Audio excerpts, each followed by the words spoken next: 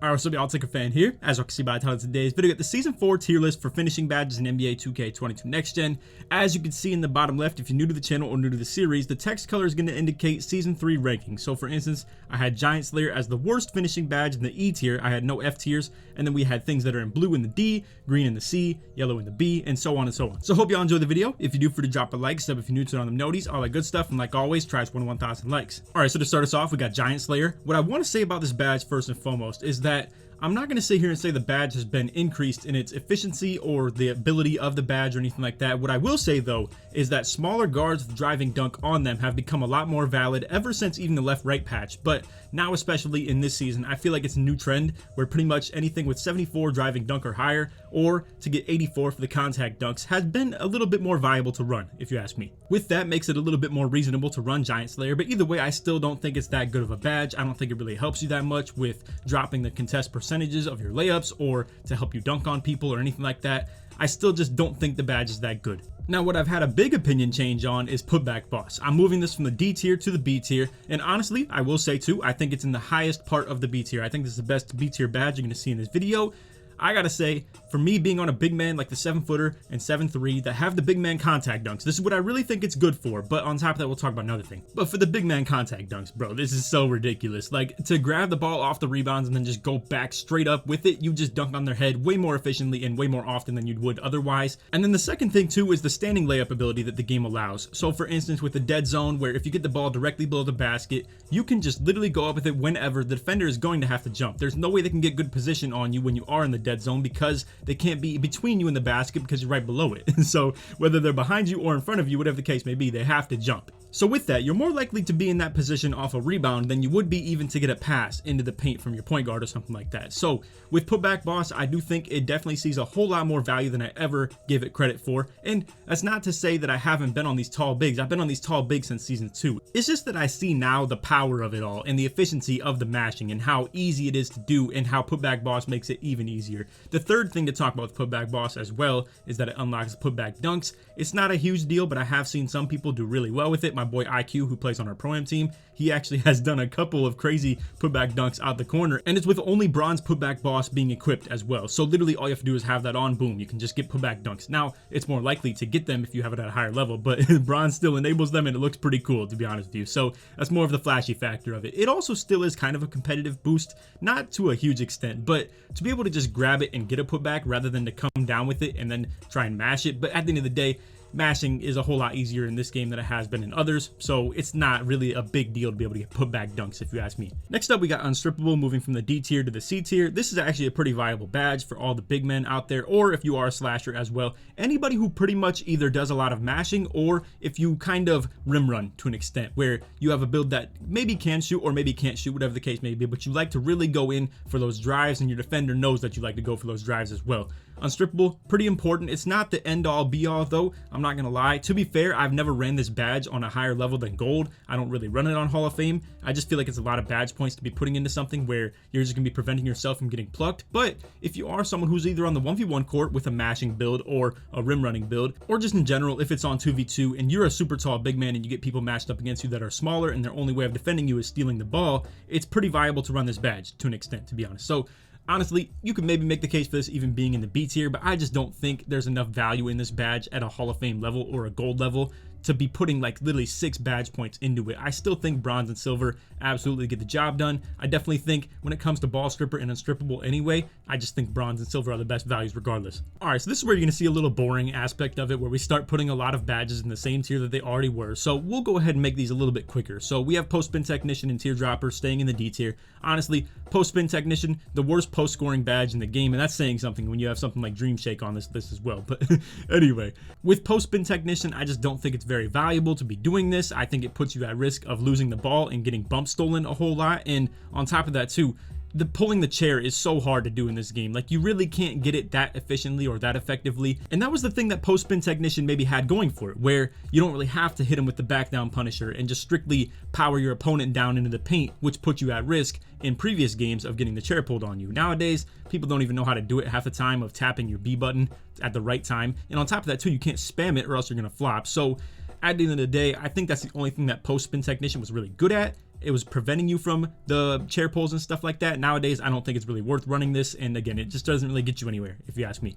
With Teardropper, I know some people vouch for this pretty heavily when it comes to these tier list comments, but me personally, I'll never see the value in this badge. Now, the one person I will give it credit for is maybe the person who uses an outside guard that only has driving layup, but doesn't have any driving dunk ability or contact dunk ability, but I don't know who in the first place makes builds with just layup and no dunk. We've already talked about this in previous videos talking about this badge, but anyway, I do understand though if you're maybe a build who has like 65 to 74 driving dunk for just the limitless takeoff and being able to dunk with quick drops off one. I do understand if your layup is decent and maybe somehow you find yourself in a situation where you're driving at a taller defender and you have to float it up above their head. I do understand that that is the situation it would be good for, but me personally, I'm gonna just be real with you guys, nobody's ever doing me like that. I've never, ever in this game had someone literally come at me in the paint with a floater and float it over my 7'3" head with an 8'1" wingspan and 99 block and 95 interior defense and Hall of Fame rim protector and all types of stuff like that and ever had it go in. Never. So me personally, I don't see that perspective at all, and Teardropper will not be gaining any respect from me in terms of moving it up into the C or B tier or anything like that. But if you are someone who likes this badge, don't let my rating of it completely deteriorate from you using it. Clearly you won't. So at the end of the day, this is just my opinion. Don't take it too much to heart, but again, I'm just here to try and put people on to what I think fits the competitive meta or what just allows them to play their play style a whole lot better. If you happen to be someone who floats those Teardroppers up there pretty consistently, then keep running it. It is what it is. All right, so I just sat here for like 8 minutes talking strictly about backdown Punisher and the difference between running this on 2v2, 3v3, Pro-Am, all types of stuff like that between Comp, Pro-Am, and Rec, and I just realized it's way too much time for me to be talking about backdown Punisher, so we're gonna condense it. Long story short, I think in Rec Center and 2v2, this makes a whole lot more sense if you're going at other bigger bodies and you have to move them and actually get down and be doing things at a condensed amount of time and a condensed amount of space, especially for Rec Center. It makes a whole lot of sense. But like we said, for 2v2, it's more so you're gonna be moving the bigger bodies when it comes to the people on the court. But at the same time, people who come in at the 2v2 at the 2 spot, they're typically like 6'9" bigs, or even at that, it might be a double ISO lineup where it's like a 6'7" or a 6'8" big. So honestly, it's not that hard to push people around. And then for Pro-Am, like the Comp Pro-Am stuff or 3v3, I don't find it very often that I end up in situations like that, or just for that matter, anybody. It's typically all pick and roll that is the meta. And the majority of the pick and roll mashing ends up being kind of just off the pass of the pick and roll, rather than you to be catching the ball at like the free throw line, working it all the way down. Especially for this matter, in Pro-Am, you end up getting fouled like all the time. So honestly, I just don't think backdown Punisher overall, like with all 4 game modes considered, and especially for 1v1 Court 2, where you can just get them with the triple threats and literally get by them in most situations, I just don't think backdown Punisher is really that valid, but it is still a decent badge, so we're keeping it in the C tier. Also, I just wanted to mention, if you guys are curious about the color changes of backdown Punisher and Pro Touch, I ended up looking back and I found out that it was actually a B tier badge in my season 3 tier list rather than being a C tier, so pretty much I just changed the color of them. It is what it is. It's just a little bit out of order is all. But anyway, for Pro Touch, I want to talk about why I rank this in the B tier. It's strictly for post hooks. That's literally all it is. And I think they're very effective. I think post hooks are really dominant when it comes to taller players. When it comes to layup timing, it's not even a thing in this game, if you ask me. I don't think you should ever run Pro Touch with layup meter timing on. I think it's an absolute waste of your time. I don't think you're ever going to really be able to do better than you would with NA on anyway, or just like timing off is pretty much what I mean to say. And when it comes to layup timing with Pro Touch, I just think there's too much risk and not enough reward when it comes to putting your timing on for layups. I feel like not even the most skilled player in the game could come out here and time layups really efficiently. If you do it for floaters, hey, more power to you. Like I said, if you pair that with Teardropper and Pro Touch, and maybe you have other different finishing badges that help you as well, maybe it is possible. But at the end of the day, I think floaters are the only thing it's really valuable for in terms of running Pro Touch, because those are an actual animation that you can time every single time and get it in the right area. Honestly, when it comes to layups, I don't know how you could ever come out here and time them perfectly when it's a random different animation every single time. It isn't worth it if you ask me. But again, for Pro Touch, this is strictly here for post hooks. I really cannot stress enough how good they are and how unstoppable they are to an extent, to be honest with you. I mean, I was gonna make a video talking about how crazy they are on some super small, like 6'8" dude who was out here just post hooking me on my 7-footer and was making like 35% contested greens consistently. And there's no doubt in my mind that he had Pro Touch and hook specialist, 100%. But anyway, moving along, we have acrobat in the C tier staying there. Obviously, it's a little bit out of order. We just showcased 2 B tier badges, but it's all good from here. Anyway, To come back to acrobat, this is going to help you obviously when you do acrobatic layups like the Euros or anything like that, or if you do spin lays or hop lays, whatever the case may be, they're going to be more efficient on your takes like that. Now what some people don't know about it is that it helps you on the gathers, so you're going to be beating your defender a little bit more often. When it comes to doing spin dunks, hop dunks, whatever the case may be, again, you're still going to beat them on the gathers more often as well on the Euros or spin lays, whatever the case is.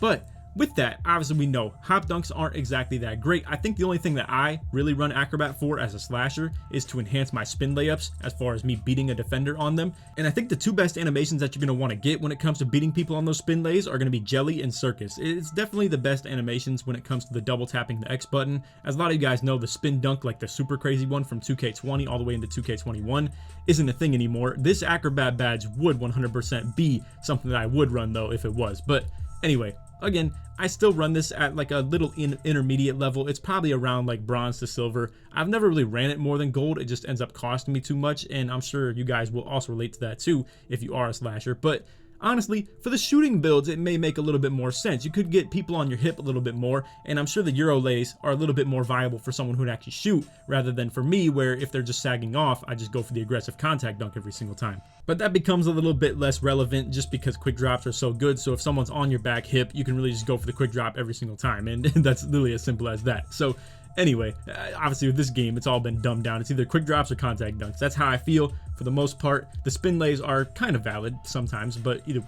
Moving along, we have Dream Shake moving down from the B tier to the C tier. I think I overrated this a little bit too much, to be honest with you. It is still good though. If you spam this and you get kind of toxic with this, I'm not gonna lie, it gets kind of crazy. Because what this does is if you hit someone with like a fake hook or just the kind of shimmy move or anything like that, what it's going to do is when you hit them with that fake and they get stunned on it, it now boosts your hook percentage or fade percentage to go in. So long story short, if you just sit there and literally keep on hitting them with a nudge of your shoulder, like, and literally just keep faking and faking and faking and faking until they finally get stunned, you will be on some toxic post scoring stuff. I'm not gonna lie, bro. It does get kind of crazy out here, but you don't see many people do that at all, to be honest with you. I've probably played like 1 to 2 people, and ironically, the guy who was killing me with the pro touch and the post hook and stuff like that I was talking about, he was doing those dream shakes and I was getting stunned and they were going in at a crazy efficient rate. So long story short, I think if you stack dream shake with pro touch with hook specialist, this stuff does go crazy. And again, you maybe could credit that a little bit more to Pro Touch and Hook Specialist, so I don't want to overrate Dream Shake too much, but it's not a bad badge like I initially thought. This was sitting here in the F tier, is the only F tier badge I've ever had in these tier lists all year. Most times I've been keeping things out of the E and the F tier. You can see in this tier list, we actually don't even have an E tier badge. I will say, finishing badges feel pretty balanced. I do think though that the D tier ones aren't exactly the greatest. Like, I wouldn't run any of these 3 at any higher level than like bronze on any of the builds that I have, Post-Spin Technician being the only one that I even do run on bronze. The C tier badges become a little bit more viable. They are maybe like bronze to silver range for me, or in some situations maybe even higher. But anyway, moving along, we now have Fearless Finisher coming into the conversation right here. With my variety of builds that I have, aka I have 2 really small slasher builds. I have a 6'9" metric build, 2 of them actually, that either can shoot or can't shoot. So we already have 2 pure slashers, 2 6'9" metrics, 1 that can shoot, 1 that can't. And then I also have a 7-foot inside build that gets silver Fearless Finisher. And with all this stuff, I will say, I think this 100% helps you dunk the ball. I can say that confidently now. I think it's almost a form of slithery finisher. This is how I personally feel. Now, if you guys disagree with that, feel free to let me know. This is also going to help you finish through contact in terms of you being fatigued and whatever the case may be. So overall, I think Fearless Finisher is really, really good. I think it avoids contact the same way that Slithery Finisher also intends to do. And I think people need to put a little bit more credit on this badge's name.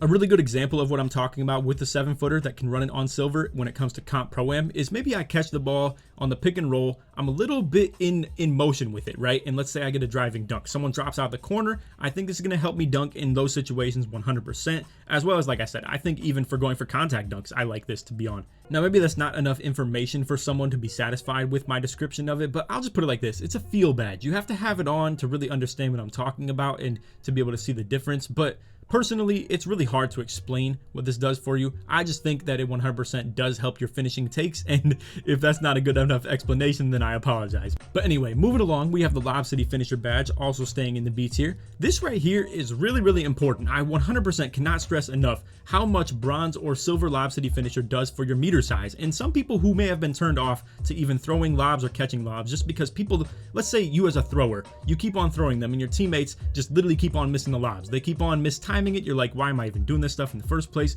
I encourage you very heavily to tell your bigs or your slashers or your corner cutters, whatever the case may be, to just put on bronze or silver lob city finisher. It increases your meter size like crazy. I don't think you even need to run this any higher level than silver, to be honest with you. I don't think you even see a big difference. I think it literally just caps out at like silver or gold, to be honest. And even from silver to gold doesn't make that big of a difference. But anyway, this 100% just opens up that meter size. And you know, I do have a theory as well. So like I just said, I've never really ran this anything higher than silver because I've never found the reason to. When I put it on gold or Hall of Fame, it doesn't really increase the meter size, and I'm just like, why am I even doing this? Now, my theory is that maybe if you run it at a super high level, like let's say you do run it at Hall of Fame, maybe it does unlock more contact lobs to actually happen and stuff like that too. And you actually do finish through contact a lot more often instead of getting kicked out of the lob animation. I think that might be kind of valid. I might try that out sometime when I hop back on the game, and I think there's a really good reason to be able to do stuff like that, as well as maybe for the sake of catching standing lobs. But again, the main reason that I have this in the B tier is just for the sake of opening up your dunk meter size when it comes to catching open lobs, so that you don't choke it and you don't just miss a wide open lob. Next up, we have Hook Specialist. I'm moving this down from the A tier to the B tier. I know I've been talking up on the post hooks all day in this video, whether that's with the Dream Shake or the Pro Touch or the Hook Specialist, but overall, I don't want to overrate him too much. Most people who have taller bigs can contest hooks pretty manageably, especially even against other people of their same size. It has to be on jumps though. I 100% will say that. If you play hands up on the hooks, you're probably getting at most like 10s to 15s or something like that. If you jump, you're probably getting around like 30 to 40. Now, the story that I was talking about where the dude was on like a 6'9" build and I'm on my 7-footer and I was jumping, this dude was making like 40s consistently. And obviously for what he was doing, Hook Specialist, Pro Touch, and Dream Shake are playing a really big factor into him making those shots. But again, that's a lot of badge points to be spending into that style of play, and it is still stoppable. I mean, that dude had to be timing his hooks incredibly to be making shots like that. I don't think it's a really consistent thing. I will say though, you can still make the whites. I've seen my boy Tonic on 7'3" in the comp pro-am scene where he grabs offensive rebounds and goes back up at the hook, and I'm down there with my big man crashing the rebound. You guys have seen that if you've seen the pro-am videos, and it's still a viable play style. And I do recommend this to anybody who's maybe playing with randoms in the rec, where you could get it and do something with it. You can definitely avoid the fact that, let's just say me for instance, where we're playing with pro-am, and when I grab offensive rebounds, I have 4 people around me on the court that can shoot the ball, so I can just pretty much mash it, simple as that. When Tonic grabs the rebounds and I, as an inside center, am also on the court, they can double team off of me, and if Tonic tries to work the low post where he's going for drop steps or the rise up dunks, whatever the case may be, he's going to get 2 defenders on him because I can't shoot. It's as simple as that, right? So if you want as an offensive player to be able to deal with when you have an inside big man on your team while still working the post, I do recommend you running Hook Specialist, Pro Touch, Dream Shake, all types of stuff like that. It is really good paired with another inside big, because me on a 7'3" while Tonic's on a 7'3" shooting the post hooks, it gets on some toxic 2v2 stuff from like 2K20, bro, where we literally are coming out here. He's throwing up the hook. I'm going with the offensive rebound, 99 O board, 7'3" with Hall of Fame rebound chaser. It gets kind of crazy, bro. All right, so next up we have Rise Up and Drop Stepper. These are both going to be tied together to an extent. I think Rise Up is a lot more important than Drop Stepper though to the average player, where for instance, with Drop Stepper, this can be for people who actually do have post control, obviously, whereas Rise Up, you don't even have to. And for the outside bigs, a lot of people decide to drop off their post control, or for that matter, it's a lot easier to mash than it is to be going with the drop steps, where drop step kind of sets up a mash to an extent. All I'm saying is Rise Up is a lot more occasional to pop up rather than Drop Stepper, where Drop Stepper doesn't exactly see itself being activated unless you are a pretty focal point of the offense, or if you're touching the ball a lot when you're a big man. With Drop Stepper, it's definitely the best post scoring badge in the game. Like comparing it to Hook Specialist and Pro Touch, it's a little bit better than those two things, and it's a lot better than Backdown Punisher and Dream Shake. So all these things considered, and especially Post Spin Technician too. We are never gonna miss the opportunity to talk down on Post Spin Technician on this channel. But anyway, with Drop Stepper, it's by far just the most reliable finish intake that you can do. I will say though that you can get plucked on it pretty often if you do it against people who are spamming. Now what I've noticed is, as a person who comes into the 1v1 court with a 7-footer pretty often, is that when you are mashing down low, you want to not only watch if you have a mismatch for them to go for the block. I think the block is the least important part of it. You want to watch their hands when they're going for those swipes. You want to make sure you're not doing drop steps or the rise up takes or anything like that, or going up with a layup while they're swiping down at you. It really does get kind of to be a tough scene. This is where maybe also unstrippable becomes a little bit more of a viable badge to run to if you fit this playstyle of the dropstepper and rise up a little bit more. But anyway, again, you can avoid those situations in a very, very easy way by just watching the person who's defending you in terms of when they're going for the steal. But again, to go back to rise up, I think a lot of people might have the wrong impression of this badge because obviously all it does is help you get more standing dunks, in which situation some people even make these tall bigs without standing dunk at all, and they just literally go for the close shot because at the end of the day, the dunking isn't exactly consistent in some people's perspective, or it just isn't even that much better than the mashing down low with the close shot because the close shots are really good and overpowered. And you're going to see the two best badges on this list, they might end up being something to do with the close shots. But anyway, what I want to talk about with Rise Up, you guys maybe saw the video that I dropped a couple days ago, or maybe even be like a week ago at this point. More dunks equal more dunks. The more dunk packages you have, the more you will dunk the ball. I put on things like Dwight Howard, Shaq, Daryl Dawkins, all types of the crazy, just all types of big man dunk packages, and it absolutely gets you more big man contact dunks as well as just more dunks in general in traffic. I think you absolutely, if you've written off Rise Up and you have a build that has standing dunk, you should try that yourself and see how you feel about it, because I gotta say, from my perspective of a super athletic big man that has like 99 standing dunk and 85 vertical with all types of those packages, it really does get crazy, bro. I think it's a very reliable thing. I think this badge really just enhances your interior finishing ability, but I will say, like I said, some people are comfortable literally just settling for only having their close shot on bigs and not even worrying about standing dunk at all. So it's not the end of the world if you don't have this. I think this is just a really dominant badge when used properly, but you don't need it to an extent.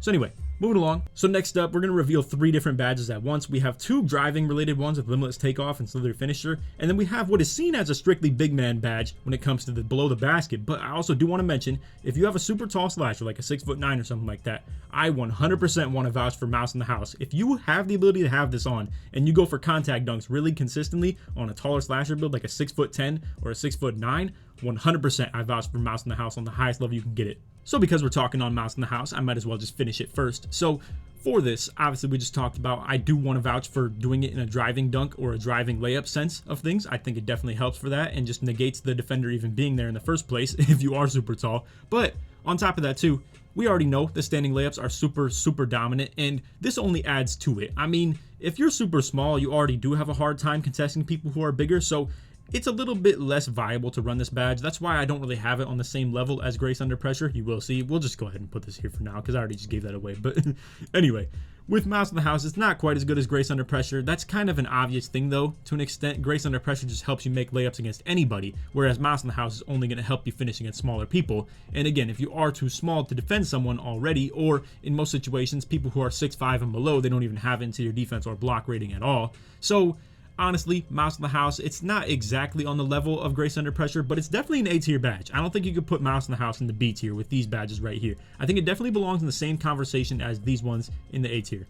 Alright, so next up we have the 2 slasher badges, Limitless Takeoff and Slithery Finisher. Now, these are 2 of the top 3 slasher badges in the game. Obviously, the other third one that they're paired with is going to be Posterizer, but I want to talk about, and we're just going to give this away as well, how Posterizer is now dropping its way down in the A tier. I think you should put a lot of respect on Slithery Finisher's name. I think Slithery does even what you may think Posterizer does for you in terms of getting you more dunks. Posterizer, in my opinion, prevents you from not getting kicked out of them. Now, for some people, Posterizer may be more of a, it gets you your dunks because you hold X button rather than down on the right stick, whereas for me, I'm holding down on the right stick at all times, and all Posterizer really does for me, it feels like, is prevent me from getting kicked out of dunk animations, where if I go up and get the dunk meter to pop up, I don't get kicked out of it just because the dude jumped, quite as much at least. But anyway, with Posterizer, like I said, I think that's the reason we're dropping it down to the A tier. I think you should put a lot of respect on Slithery Finisher's name. I don't think it belongs in the S tier with these 2 badges right here though. I think Fast Twitch and Grace Under Pressure are just by far just that much better. But again, we're getting a little bit ahead of ourselves. I want to talk about Limitless Takeoff first. So this is a badge to me that has a little bit of a ceiling, but we'll talk about it a little bit more than that. So as far as the ceiling goes, if you're someone who doesn't have contact dunks and you only have this to be able to get quick drops off one in the best animation you can get it, it's really decent on bronze. I would really vouch for that if you have a build like a 7'3" big man and you don't run Limitless Takeoff. I 100% suggest you guys put Limitless Takeoff on bronze, put quick drops off one as your only driving dunk animation, and then boom, you're gonna sit here and just have the most efficient dunk in the game. Now, it gets enhanced with silver 100%. And then on top of that too, I think the higher you have this, the more contact dunks you'll be able to get as well. I really do want to vouch for running limitless takeoff on a high level if you are someone who does consistently contact dunk very often, but honestly, I still feel pretty comfortable running it on gold for the most part. As far as non-contact dunk animations, if you have it on gold, it gets you a pretty good Michael Jordan dunk package, but if you have it on Hall of Fame, it unlocks like literally going crazy from the free throw line on it. Now the problem with that is you have to hold down on the stick most times, and it's a really fast dunk, bro. I'm not gonna lie to you, like if you're going for a contact dunk as the dude's like sitting below the basket and then boom, Michael Jordan just pops off, you are gonna mistime it very, very often. But if you get the hang of it and you get really good at that, it definitely is pretty dominant. I'm not gonna lie, it looks really good.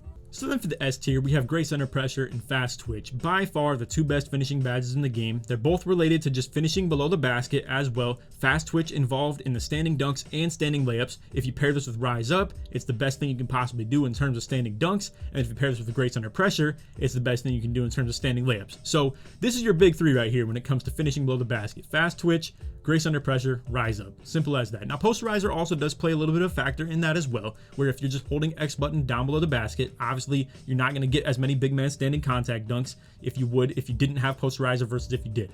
But anyway, for Fast Twitch, I cannot even just stress enough how OP this is. You definitely need pogo stick on defense to compete with this. We talked about that in the defensive tier list video for season 4, but honestly, Fast Twitch, you just sit below the basket, you keep on pump faking, you finally get them to jump, oh, they're just dead, and then you just get the dunk or the layup, whatever the case may be. The higher this is, the quicker your layup, or the higher this is, the quicker your dunk. It just literally is as simple as that, and it's so dominant. It's not even funny. And then with Grace Under Pressure, this is literally the badge that makes the game what it is. If you nerf this badge, it fixes paint defense. That's how I personally feel. I think they should nerf this badge to an extent as well. Now, I don't think they should make it obsolete. I think they definitely should just make it what would be an A tier badge. I think Grace Under Pressure being S tier makes it an unbalanced game where interior finishing just becomes kind of brain dead, and that's what it is right now, to be honest with you guys. I mean, Grace Under Pressure, like I said, if you're a 7'3" big and you have Grace on with 99 close shot, even if you're going out against another 7'3" who has 99 interior defense and 99 block rating and 8'1" wingspan